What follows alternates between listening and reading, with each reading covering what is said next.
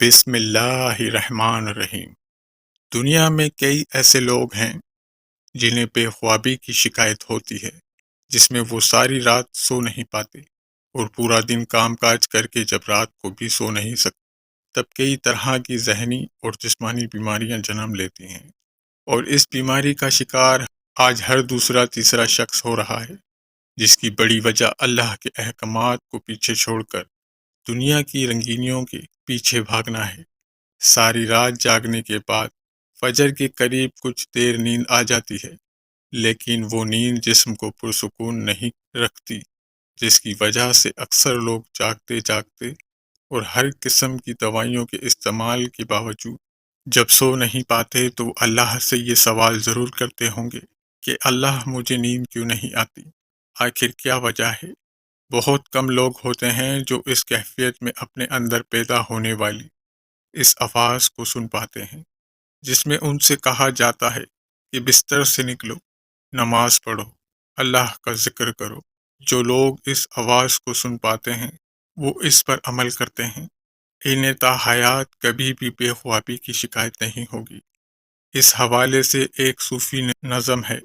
جسے ایک امریکی مسلم نے ترجمہ کیا ہے، جس کا ٹائٹل ہے دوبارہ مت سونا، صبح کی ٹھنڈی ہوائیں ایک راز لاتی ہے، تمہارے لیے دوبارہ مت سونا، خود سے پوچھو تم کیا چاہتے ہو، دوبارہ مت سونا۔ لوگ دروازے کی چوکھٹ سے آ جا رہے ہیں، جہاں دنیائیں ملتی ہیں، وہ دروازہ کھولو، دوبارہ مت سونا۔ اس نظم میں بیان کردہ دروازہ ہماری دنیا اور دوسری دنیا کا ہے، جہاں سے فرشتے ہر صبح اور شام کو اترتے ہیں، جن کا ذکر اس حدیث میں ملتا ہے، جس میں آپ صلی اللہ علیہ وسلم نے فرمایا ہے کہ رات اور دن میں فرشتوں کی ڈیوٹی بدلتی رہتی ہے، اور فجر اور عصر کی نمازوں میں ڈیوٹی پر آنے والے اور رخصت پانے والوں کا استعمال ہوتا ہے۔ پھر تمہارے پاس رہنے والے فرشتے جب اوپر چڑھتے ہیں تو اللہ تعالیٰ پوچھتے ہیں، حالانکہ وہ ان سے بہت زیادہ اپنے بندوں کے متعلق جانتا ہے، کہ میرے بندوں کو تم نے کس حال میں چھوڑا؟ تو وہ جواب دیتے ہیں کہ ہم نے جب ان کو چھوڑا تو وہ فجر کی نماز پڑھ رہے تھے،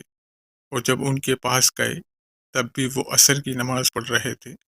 فجر اور عصر کی نماز کے اوقات میں سونے سے منع کرنے کے پیچھے بھی ایک بڑی وجہ ہے،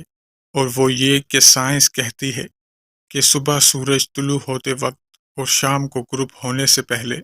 سونا نہیں چاہیے، کیونکہ صبح کے وقت زمین پر آکسیجن بہتر مقدار میں فراہم ہوتی ہے،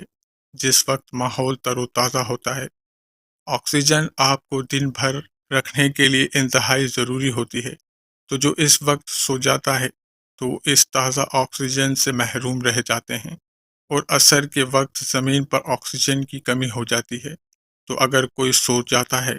تو اس کو آکسیجن کی فراہمی کم ہوتی ہے، جس کی وجہ سے جب وہ جاگتا ہے تو اس کے سر میں درد اور طبیعت بوجھال ہو جاتی ہے۔ اور بھی بڑی وجہ ہیں کہ دین اسلام میں ان دونوں اوقات میں سونے سے منع فرمایا گیا ہے۔ نماز فجر کے بارے میں ایسے بے شمار فضائل اور بھی ہیں جن کو ہم نہیں جان سکتے۔ اگر انسان ان کو جان لے تو کبھی کوتاہی نہ کرے۔ رسول اکرم صلی اللہ علیہ وسلم کا فرمان ہے، اگر وہ لوگ عشاء اور فجر کی فضیلت کے بارے میں جان لیں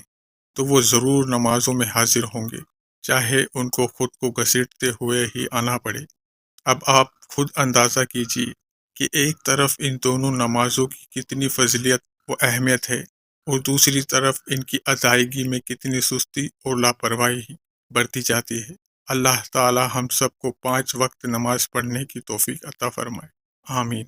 اگر ہماری ویڈیو سے کوئی ایک شخص بھی راہ حق پر آ جاتا ہے تو ہم سمجھیں گے ہماری ویڈیو بنانے کا مقصد پورا ہوا۔ شکریہ۔